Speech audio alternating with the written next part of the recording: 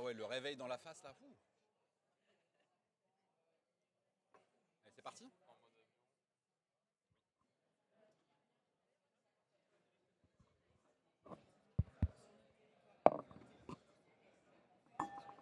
Ouais, c'est parti, on y va. Vous êtes prêts, messieurs? Oui. Bonjour à tous, bienvenue pour ce premier atelier de la journée. Installez-vous. Messieurs, je vais commencer par vous demander peut-être de vous présenter. Arthur, qui es-tu? Que fais-tu? Et de quoi tu vas parler? Bonjour à tous, Arthur Pasquier, je travaille à la holding du groupe Bouygues, chez Bouygues SA, où je coordonne la stratégie climat pour le groupe, donc notamment sur ses activités télécom, mais pas que. C'est ma première casquette. Et ma deuxième casquette, c'est de piloter un projet d'intrapreneuriat qui s'appelle Regeneo, dont on va vous parler ce matin. Voilà. Bonjour Jérôme, même exercice. Bonjour. Donc Jérôme Gorgeon, moi je suis responsable environnement climat au sein de Bouygues Télécom et plus précisément au sein de la direction du réseau. C'est-à-dire que c'est toute la direction où on conçoit, on déploie, on maintient les différents réseaux, soit mobiles, transport, fixe. Voilà. Ok, on va commencer avec toi Jérôme. Arthur, t'interviens quand tu veux, hein, si les sujets te concernent et que tu veux dire rajouter quelque chose. Jérôme, est-ce que tu peux commencer en nous parlant d'éco-conception? Alors déjà, pour donner un peu de contexte, donc chez Bouygues Télécom, on a un engagement de décarbonation assez majeur qui est tamponné par SBTI, donc avec une trajectoire qui doit nous permettre d'atteindre des objectifs de diminution de 30% en gros sur les scopes 1 et 2 et de 17-18% sur le scope 3. Est-ce que je peux juste te demander, au cas où, de détailler ce que tu viens de dire, la scope 1, Alors, 2, scope 3. 1, 2, 3. Donc les scopes 1 et 2, ça concerne la partie émissions directes et indirectes. Et les scopes 3, c'est vraiment basé sur nos achats, donc les équipements, les travaux, etc. Qui est la grande majorité du bilan carbone de l'entreprise. Et donc du coup, par rapport à cette trajectoire-là, on a une grande feuille de route qu'on va pouvoir détailler justement sur la partie éco-conception, qui est un des leviers forts de la trajectoire. Mais il y a aussi des sujets sur le management de l'énergie. On travaille sur la durée de vie des équipements notamment. On travaille sur le trafic qu'on génère, donc de voir comment on peut diminuer l'impact lié au trafic. Et au-delà de toute cette feuille de route côté carbone, on a évidemment un travail important sur les ressources. Comment est-ce qu'on peut diminuer notre impact au niveau des ressources? Qui dit ressources dit biodiversité, et un travail aussi sur la résilience qu'on abordera sûrement tout à l'heure. Alors après, donc sur la phase d'éco-conception, déjà c'est quoi l'éco-conception? C'est un principe justement qui permet d'utiliser le moins possible les ressources dites non renouvelables, donc de pouvoir atténuer cet impact lié à ces ressources non renouvelables, et dans la mesure du possible de travailler sur les ressources dites renouvelables, tout en respectant le taux de renouvellement de ces ressources-là, avec du coup un objectif de valorisation également des déchets, c'est-à-dire au travers du réemploi, du recyclage, etc., pour tendre vers une économie circulaire. Alors sur la partie atténuation, déjà, on a mis en place un certain nombre de leviers importants, mais déjà pour mettre en place ces leviers-là, il faut mesurer, il faut savoir où est-ce qu'on impacte le plus notre activité au niveau du carbone. Et pour cela, donc on a mesuré l'ensemble des flux physiques pour voir où se trouvaient donc les poids principaux. Alors si je prends l'exemple d'un site radio, c'est-à-dire les antennes, un support pylône avec son massif, donc on a pu donc déjà évaluer le fait que le poids carbone d'un site comme ça était porté à 2/3 sur la partie déploiement et support, et un tiers sur les équipements telco. Et ensuite, dans ces 2/3-là, on a mis en avant le fait que c'était principalement porté par le binôme, on va dire, pylône massif. Une fois qu'on a vu ça, donc on a pu travailler et prioriser les leviers sur ces postes-là. Donc là, pareil, je vais prendre des exemples assez concrets, hein. Sur la partie massif, par exemple, le premier niveau, ça a été de diminuer. Le massif, c'est le Alors, socle le en massif, béton, hein. c'est le socle qui permet de maintenir le pylône. Et donc du coup, le premier sujet, c'était de réduire le massif pour évidemment en fait, éviter l'utilisation des ressources, des matières premières. Donc ça, c'était le premier niveau. Donc on a travaillé, alors c'est vraiment un travail collectif avec nos partenaires, nos fournisseurs, etc., de voir comment on pouvait diminuer de manière importante ces massifs. Et le deuxième niveau, ça a été ensuite de transformer les matières utilisées en matière décarbonée, donc typiquement en béton bas carbone. Donc ces deux leviers-là, déjà, ont permis de gagner 10 à 15 points en fait, sur un poids carbone d'un site, multiplié par le nombre de sites qu'on peut déployer. Donc ça c'est le premier niveau. Et ensuite, on a tout un travail basé sur l'énergie, en fait, où là, donc là, pareil, on travaille sur d'autres leviers liés à la consommation en fait, énergétique.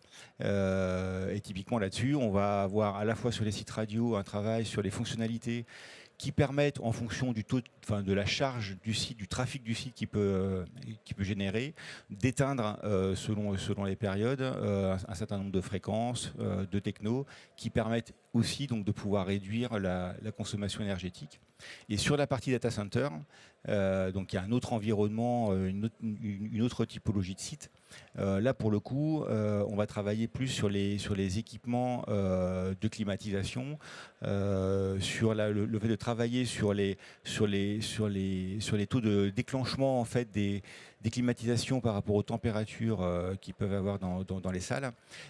Et là également, on peut gagner 10 à 15 points de gain sur la partie consommation. Et d'ailleurs, on a mis en place un data center sur Carcassonne là, qui permet justement, enfin on a exploré un certain nombre de solutions, à la fois sur une structure bois qui permet donc de réduire le poids carbone du site, et sur les solutions type climatisation sur l'énergie, qui ont permis de gagner au moins 50-100 tonnes sur le poids carbone du site. Mais je reviendrai après plus tard sur de la veille aussi qu'on peut faire là-dessus.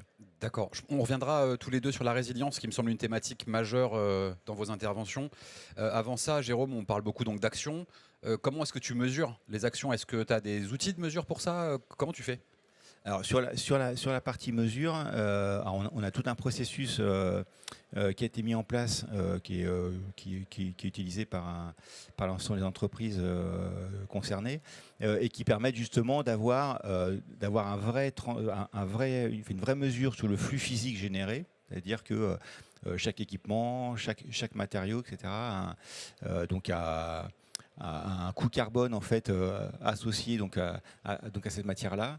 Et nous ensuite on travaille effectivement sur la transformation de ces flux physiques en coût carbone, et c'est ce qui nous a permis justement de générer les leviers derrière, quoi. Ok. Arthur, on parle de coût carbone. Est-ce que tu veux aussi peut-être dire un mot là-dessus sur ce que fait Regenéo par exemple? Je vais plutôt prendre la casquette stratégie climat C'est toi qui fais. Bouygues. Parce qu'à l'heure où on entend de plus en plus parler de nouveaux indicateurs avec la CSRD, etc., il y a des indicateurs à simplifier, puis il y a aussi des indicateurs qui n'existent pas dans la CSRD. Et typiquement, ce qu'on voit à des échelles assez opérationnelles en matière de décarbonation, l'indicateur qui fonctionne bien, c'est de se donner un coût à la tonne réduite. C'est quel est le coût que je dois engager pour réduire une tonne. Ça, c'est des choses qu'on est en train aussi d'essayer de systématiser pour prioriser les investissements et s'assurer que l'euro investi, entre guillemets, est le plus efficace d'un point de vue de la décarbonation. Donc c'est comment on arrive à traiter et gérer ces nouveaux indicateurs pour finalement être le plus efficace possible dans les investissements qu'on peut avoir en faveur de la décarbonation. Donc là, on est au-delà des télécoms, on est d'accord? Tu parles du groupe, donc ça veut dire la route, ça veut dire la construction, ça veut dire tout ce que le groupe fait, Equans et compagnie. Donc le groupe entier est en œuvre, est en machine sur ce point-là. Toutes les filiales du groupe sont actives. Toutes les filiales du groupe sont actives sur les objectifs SBTI qui ont été déployés, qui sont en passe d'être atteints en fonction de différents métiers. Les actions sont identifiées. Maintenant, il faut pouvoir identifier les investissements aussi au gré des demandes de nos clients, voir comment on arrive justement à trouver cette efficacité dans l'investissement qui permet d'arriver au coût de décarbonation. Selon les métiers, le coût de la décarbonation est très différent. Et donc, parfois, on peut avoir des actions qui coûtent 10 € pour éviter une tonne et d'autres qui coûtent 1 000 € pour éviter une tonne. L'exemple assez simple aujourd'hui, c'est le béton bas carbone en construction, c'est pas si cher que ça par rapport à un bâtiment en construction bois qui demande un investissement plus important. Donc voilà, comment on arrive à flécher finalement nos investissements pour traiter ces points. Une petite question qui me vient, qui n'est pas forcément prévue. Tu parles de clients. Quelle est l'appétence de nos clients à ces sujets-là? Est-ce que nos clients sont réceptifs? Est-ce que c'est quelque chose qui est normal? Enfin, quel est ton point de vue là-dessus? Si on attend que nos clients soient réceptifs, on n'atteint pas nos objectifs. Ça, c'est sûr. Donc globalement, on a aussi ce rôle en tant qu'entreprise de travailler avec nos donneurs d'ordre pour faire évoluer leur cahier des charges. On a encore beaucoup de cahiers des charges, notamment sur les aspects routiers, bâtimentaires, sur lesquels on n'a pas le droit à la variante. Donc on a des solutions qui existent chez Bouygues sur lesquelles on ne peut pas toujours les proposer aux clients. Et puis deuxième point, c'est aussi à nous de cibler finalement notre portefeuille commercial pour travailler avec des clients qui ont envie de payer peut-être parfois ce surcoût de la décarbonation ou d'avoir des produits qui seront décarbonés et plus résilients dans le temps. Donc c'est tout un travail aussi qui est mené au-delà des actions d'ingénierie, d'identification de nos leviers, qui est mené avec les équipes commerciales finalement pour faire en sorte de développer des produits qui sont en phase avec nos objectifs de décarbonation. Ouais, donc il faut un peu éduquer finalement le marché et les clients à ça pour versus l'inverse, cette porte. Ok, très bien. Mais on sent quand même, pardon, et ça peut faire le lien avec le télécom, que de plus en plus au niveau des collectivités, et pas que les collectivités écolo, ce sujet-là est en train de monter en puissance, et donc que des acteurs privés apportent des solutions quelque part sur lesquelles les élus pourront s'appuyer pour dire mais ce sont des solutions qui sont un peu plus écologiques, plus résilientes, qui coûteront moins cher aussi parfois pour les administrés, ce sont des choses qui sont de plus en plus écoutées. Donc à nous, ensuite, de développer tout un argumentaire commercial qui permettra de répondre à ces points-là. Effectivement, on voit dans les appels d'offres des pavés de critères RSE aujourd'hui pour pouvoir postuler. Jérôme, je reviens sur toi. Tu parlais de leviers. Est-ce que tu peux nous en dire plus sur ces leviers? Ouais, alors donc déjà, juste pour rebondir par rapport aux appels d'offres, nous-mêmes en fait, quand on challenge justement nos différents partenaires et fournisseurs, donc il y a des appels d'offres récurrents, et dans ces appels d'offres maintenant, on a un poids vraiment important sur la partie environnementale, puisqu'on a une note de 15 à 20% en fait qui est dédiée à cette partie-là. Et justement, c'est un des leviers importants pour nous. Si je reviens sur les sujets liés aux pylônes, donc pylônes dits en acier, il n'y a pas si longtemps que ça, finalement, il y avait une maîtrise plutôt perfectible sur le taux d'acier recyclé qui était utilisé dans les pylônes. Donc on était plutôt à l'aveugle par rapport à ça. Là, on a lancé un appel d'offres global avec l'ensemble des pylonistes. On a mis un cahier des charges vraiment imposant, important sur les leviers qu'ils pouvaient mettre au travers de cet appel d'offres, et notamment une vraie mesure, un vrai travail sur le taux de recyclage. Donc on va arriver maintenant avec des solutions sur un taux de recyclage bien plus important que ce qu'on avait jusqu'à aujourd'hui, qui permettra également de gagner 10 à 15 points sur nos coûts carbone, quoi. Donc ça, c'est un des points. Et pareil, rebondir un peu sur le sujet bois, parce que tu as abordé ce point-là. Donc là, on est plus dans une notion de veille, expérimentation par rapport à ça. C'est de voir comment on peut aussi remplacer notre acier par d'autres matières, comme le bois. Alors, c'est pas aujourd'hui dans les télécoms, je pense pas que vous ayez vu beaucoup de pylônes en bois. Il y en a quelques-uns en Europe, en Finlande notamment.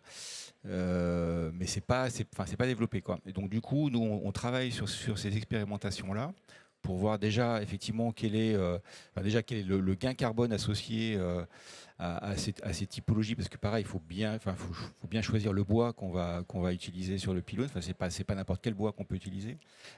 Donc les gains carbone associés à ce type de solution. Et ensuite, effectivement, on va être confronté à cette notion d'euro à la tonne de CO2 évité, puisque là, on est dans un domaine où la solution n'est pas généralisée du tout. Donc, de voir comment est-ce qu'on peut passer déjà l'expérimenter et ensuite passer à l'échelle pour pouvoir diminuer ces impacts d'euros à la tonne de CO2 évité. Voilà. Ok. Tu parles de recyclage d'acier. Est-ce que dans les équipements qu'on utilise, on fait du reuse? Est-ce qu'on réutilise nos équipements? Est-ce qu'on les jette? Qu'est-ce qu'on en fait? Alors, ouais, on les jette. Non, c'est un gros. Alors ça c'est pareil, c'est un gros levier justement pour nous. Hein. Globalement sur 2024, c'était à peu près la moitié des gains générés au niveau carbone. Donc on maximise vraiment la réutilisation des équipements, de tous les équipements qu'on peut remettre sur le réseau. Donc il y a toute une chaîne logistique qui a été mise en place depuis quelques années maintenant, où donc on récupère en fait donc les équipements sur site, on les remet sur la plateforme, on les teste, on les remet en état et donc on les remet sur le marché. Enfin, sur le réseau. Et donc ça, c'est déjà une grosse première étape. Et là, ce qu'on est en train de, enfin, ce qu'on a mis en place, c'est de maximiser la réparation aussi. Donc il y a eu pareil en fait un appel d'offres qui a permis d'intégrer une nouvelle entreprise qui travaille vraiment sur de la réparation, hein, c'est-à-dire qu'ils prennent les équipements, ils les ouvrent, ils soudent. Donc là, on expérimente un certain nombre d'équipements assez simples pour l'instant, mais avec des résultats qui sont intéressants puisqu'on atteint un taux de réparabilité de 80%. Et donc pareil, qui va nous permettre d'aller encore plus loin sur la chaîne de reuse derrière, quoi. Merci. Sur la thématique de la biodiversité, est-ce que c'est quelque chose sur lequel on travaille aussi chez Bouygues Telecom? Qu'est-ce qu'on fait chez Bouygues Telecom pour protéger la biodiversité? Alors sur la biodiversité, on a pas mal d'axes. Enfin, déjà, en fait, on a fait une étude globale pour voir où en fait étaient donc les impacts sur toute la chaîne de valeur au niveau de la biodiversité. Et donc le principal impact est lié à la fabrication des équipements. Donc il y a tout un travail avec les fournisseurs et on va rejoindre, hein, cette notion ressources biodiversité. Donc il y a tout un travail avec les fournisseurs pour justement voir quels sont les impacts, où est-ce qu'ils se trouvent, et donc voilà, pour pouvoir vraiment travailler sur cet aspect-là. Le deuxième point, c'est au niveau du déploiement local, donc du déploiement de nos sites.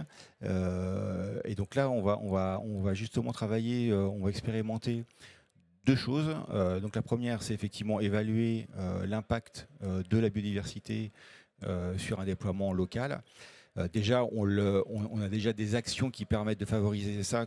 Si je reprends l'exemple de la réduction de la taille du massif béton, c'est déjà en fait un axe d'amélioration sur l'impact.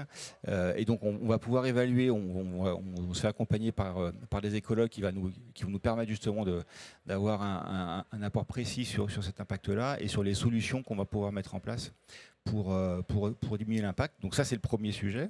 Comment diminuer l'impact de la biodiversité. Et ensuite, c'est comment favoriser donc la biodiversité. Donc comment on va pouvoir utiliser nos supports pour favoriser donc la biodiversité. Donc c'est un autre axe de travail. Et ensuite, il y a une notion de contribution. Et là, je pense qu'on va faire le lien direct avec Arthur. Juste, est-ce que tu peux illustrer quand tu parles de nos supports et de favoriser la biodiversité, ça pourrait être quoi cet exemple? Alors, par exemple, l'année dernière, on a mis en place donc c'était sur un site pylône avec, alors ils n'étaient pas présents avec Artefact, qui en fait habille, on va dire, le pylône par un support en terre, quoi, en terre cuite, et donc dans lequel en fait on fait pousser des végétaux et avec des nichoirs, et donc du coup, donc là depuis un an, on a pu mesurer vraiment tout l'intérêt justement de pouvoir générer de la biodiversité sur ces supports-là.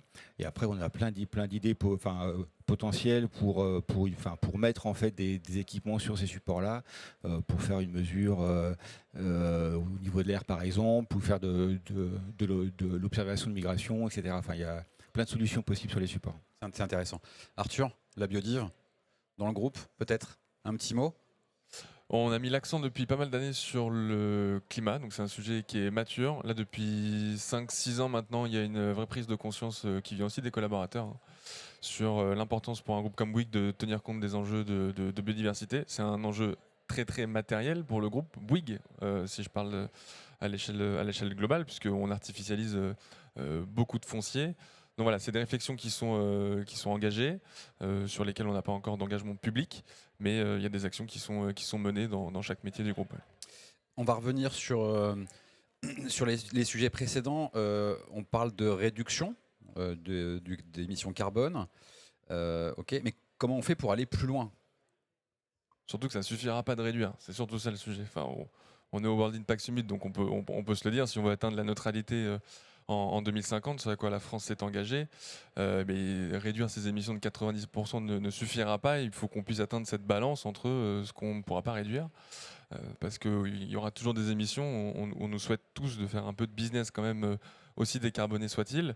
Mais en complément, il va falloir pouvoir séquestrer du carbone. Et un bon moyen de séquestrer du carbone, on l'a appris tous en CE1, c'est la photosynthèse. Et donc ce sont les écosystèmes naturels.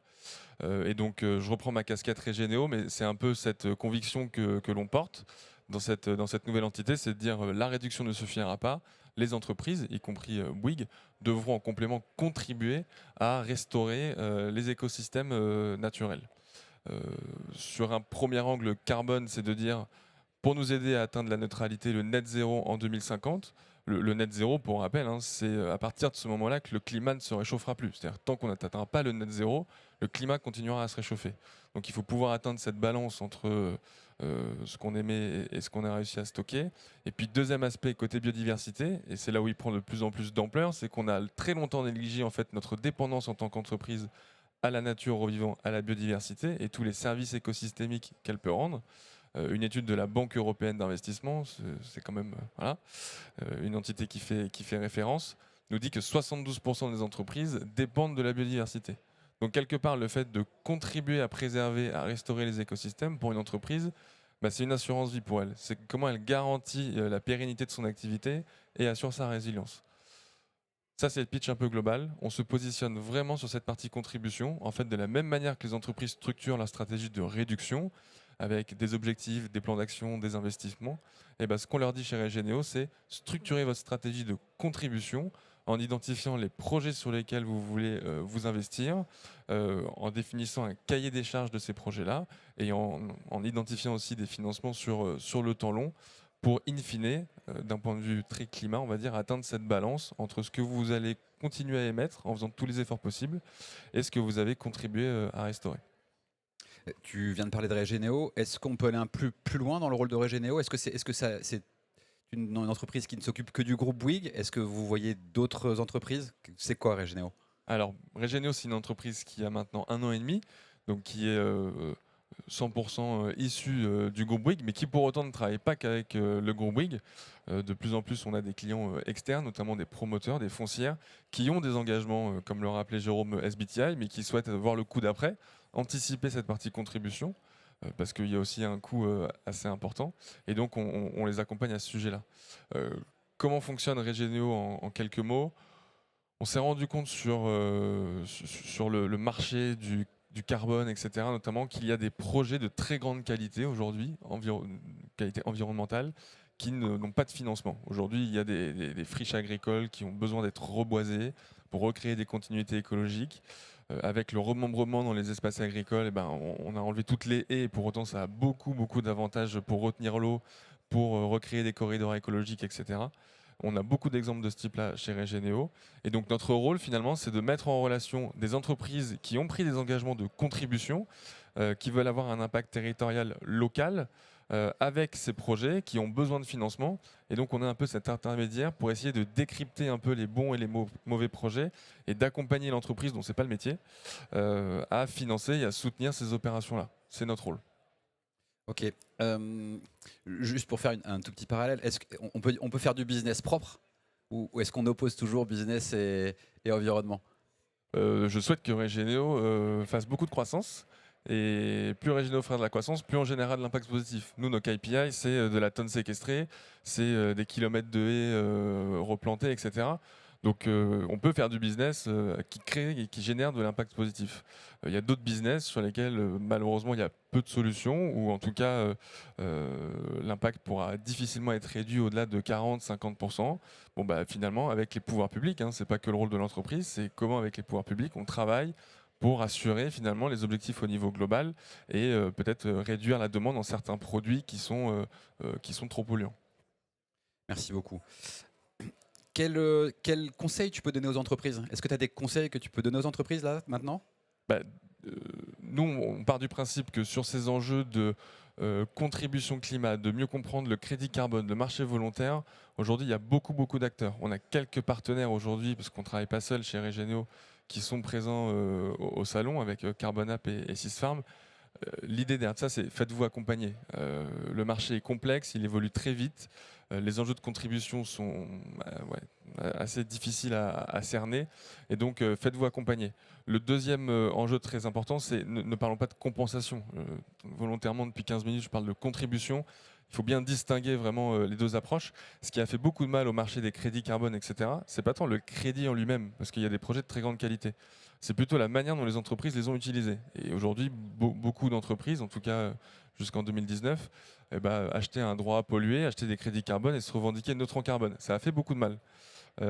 Donc nous, on éduque aussi beaucoup les clients de nos clients, toutes les parties prenantes avec lesquelles on travaille, sur cet enjeu de bien dissocier la partie réduction et la partie contribution.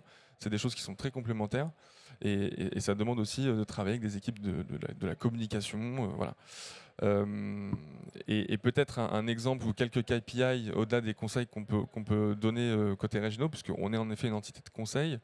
Je l'ai évoqué depuis la création, notre KPI, c'est les tonnes séquestrées, donc on a contribué. Ou en tout cas, les entreprises qui ont financé des projets ont contribué à séquestrer 28 000 tonnes de carbone en forêt, en agriculture, sur des zones humides, des tourbières. Donc voilà, on a beaucoup de projets Très différents. concret. C'est très concret.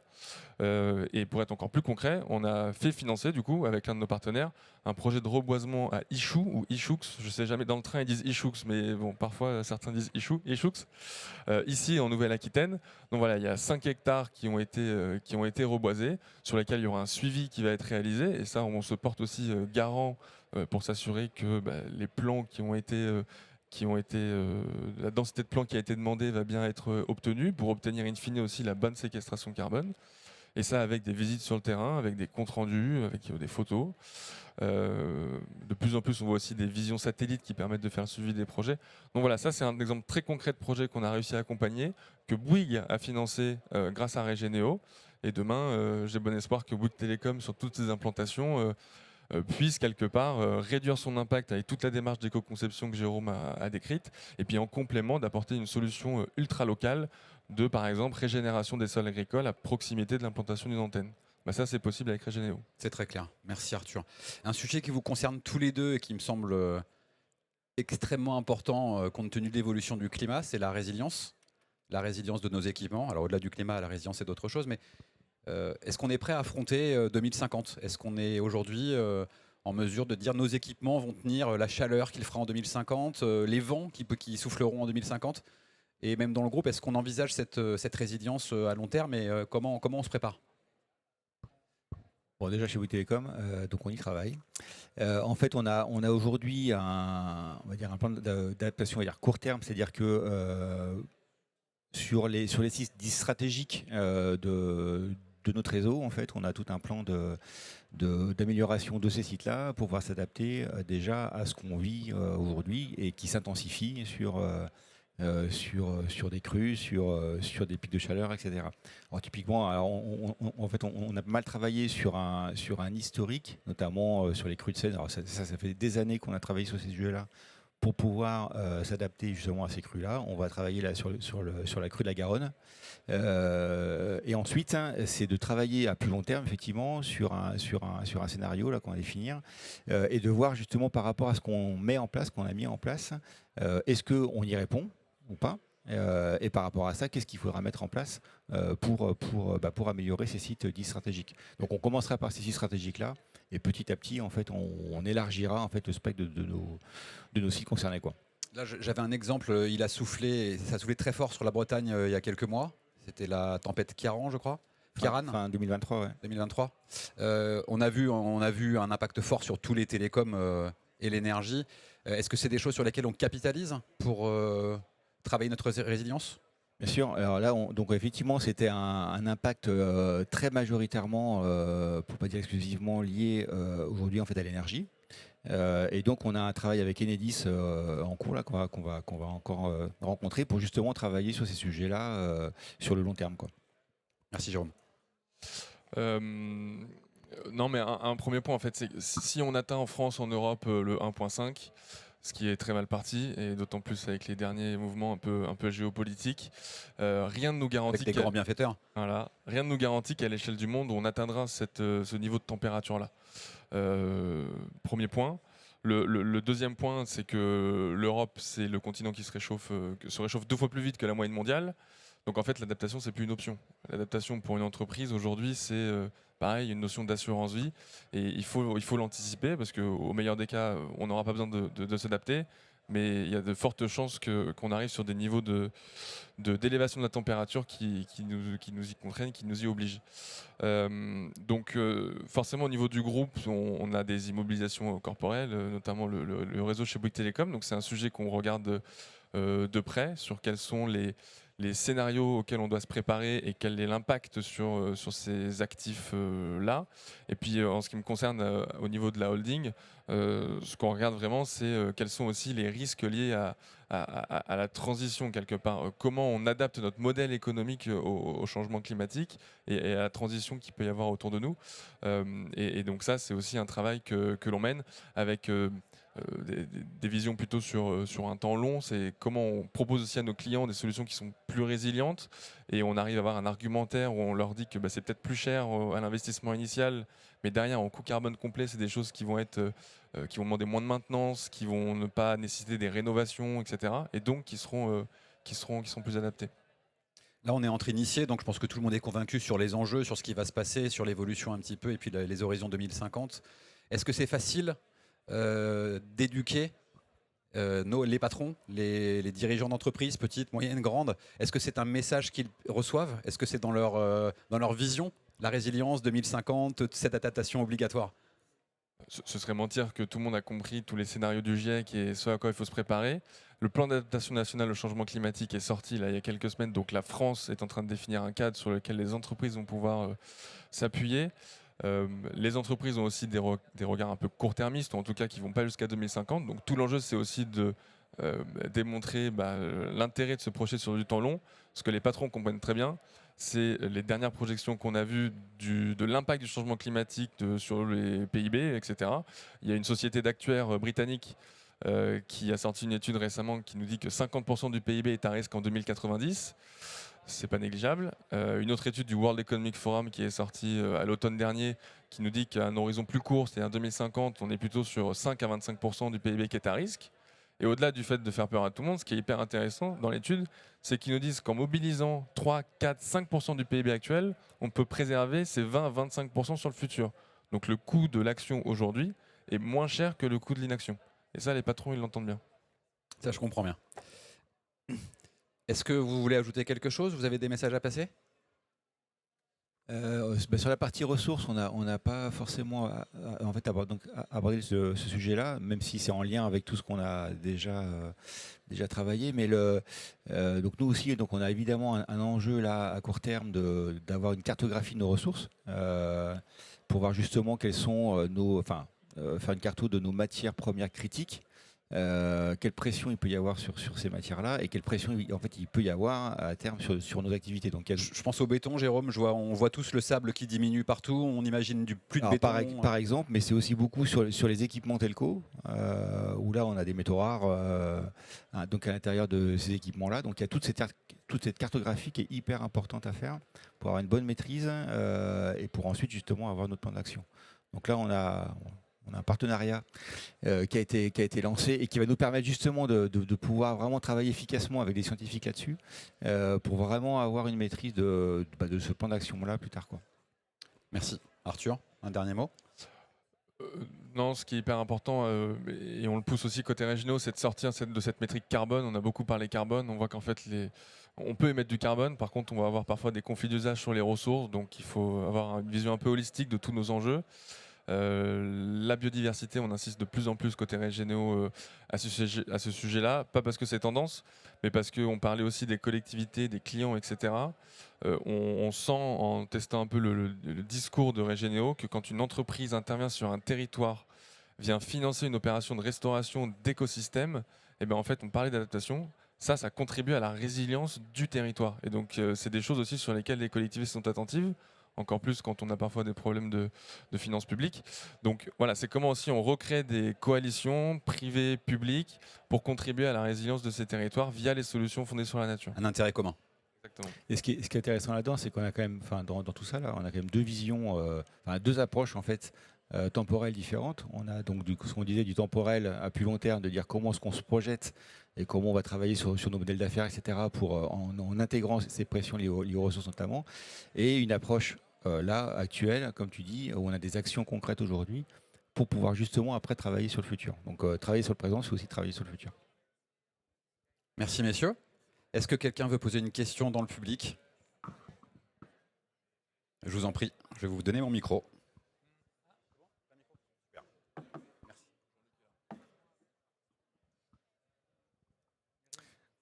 Bonjour, merci beaucoup pour la présentation. Emmanuel Laroche, Soprasteria.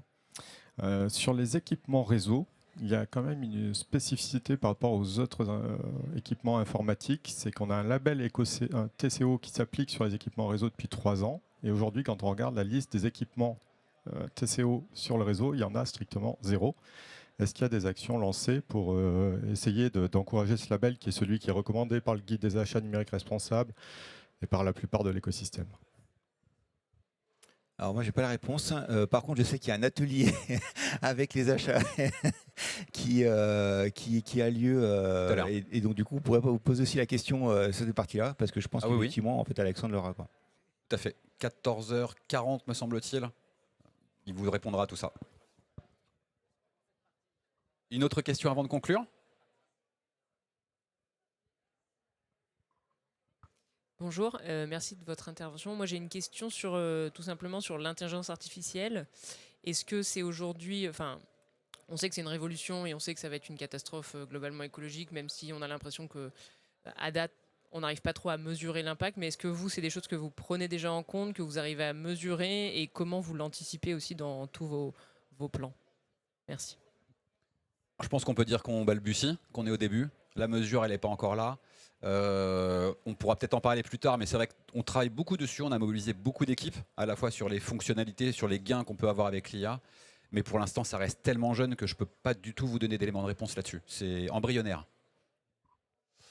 Mais la question était très intéressante et vous avez raison. Bon, il y a des bouts de réponse et ça permettra de faire peut-être avancer le débat. Cascade Bouygues, on va dire que du point de vue de la stratégie climat aujourd'hui, on voit quand même l'émergence de ces nouveaux usages qui font qu'il y a un certain risque de se dire on a une consommation de data qui explose et pour autant on doit faire moins 30, moins 40% de carbone, etc. à 2030. Donc c'est comment en fait on arrive à réconcilier ça, à travailler sur l'accompagnement à la sobriété numérique des clients, la sensibilisation de toutes nos parties prenantes pour avoir un IA qui est un IA en tout cas sur des usages qui sont considérés comme responsables et utiles. Et je pense qu'il y a un gros tri à faire sur l'IA. Si on parle d'IA pour la médecine, pour l'efficacité énergétique des bâtiments, ça je pense que tout le monde sera d'accord. Il y a beaucoup d'usages aujourd'hui qu'on voit apparaître qui sont inutiles, sur lesquels faire le tri. Bouygues Télécom a son rôle à jouer, mais il y a aussi cet accompagnement finalement auprès de toutes les parties prenantes pour que la culture commune soit vigilante vis-à-vis de ces nouveaux usages. Tu évoques la consommation grand public en fait, des IA qui sont disponibles aujourd'hui.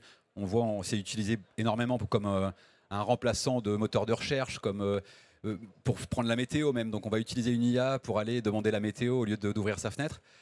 Donc effectivement, il y a une sensibilisation à faire sur l'usage grand public qui est massif en fait. C'est ça la consommation massive de l'IA, c'est ce qui va générer de l'énergie et du stockage et tout. Donc la pédagogie et la responsabilisation de chacun est hyper importante. Sans faire de mauvais parallèles, n'oublions pas que les consommateurs sont des acteurs majeurs. Au-delà d'être citoyens, c'est notre consommation qui peut driver plein de choses. Et voilà, il y a un travail là-dessus qu'on fera. Claire est derrière, ma directrice RSE, je pense qu'elle est d'accord. C'est la sensibilisation au grand public qui nous semble extrêmement importante aujourd'hui. Et pas que, parce que quelque part, le développement de l'IA, ça coûte de l'argent à tout le monde. Hein. Et donc, il y a ce travail aussi auprès de notre chaîne de valeur amont, avec les acteurs du data center, pour trouver des solutions quelque part qui permettent de faire des data centers un peu moins impactants, plus responsables. Ça dépend où est-ce qu'on met la limite. Mais voilà, c'est le grand public, Bouygues Télécom, les data centers, toute la chaîne de valeur qui doit se mettre en ordre de marche pour un petit peu catégoriser ce qui est une IA compatible avec les limites planétaires ou pas. Et donc justement, on fait une expérimentation là-dessus. Donc voir si l'IA peut nous permettre effectivement de gagner X% de consommation énergétique sur les data centers. Donc c'est quelque chose qu'on va travailler, qu'on va expérimenter, et de voir, surtout d'essayer de mesurer effectivement la contrepartie, et donc de voir effectivement est-ce qu'on va être capable de mesurer les gains versus les effets de l'IA. Donc rendez-vous l'année prochaine, on fera un retour d'expérience là-dessus. Merci messieurs, je vois que le timing se termine. Moi, je voudrais vous remercier et je voudrais juste illustrer le fait qu'on peut être très convaincu dans une grosse boîte, faire avancer des sujets. Ça demande beaucoup d'énergie, mais quand on est convaincu, je pense que c'est important de le faire. Donc, merci beaucoup.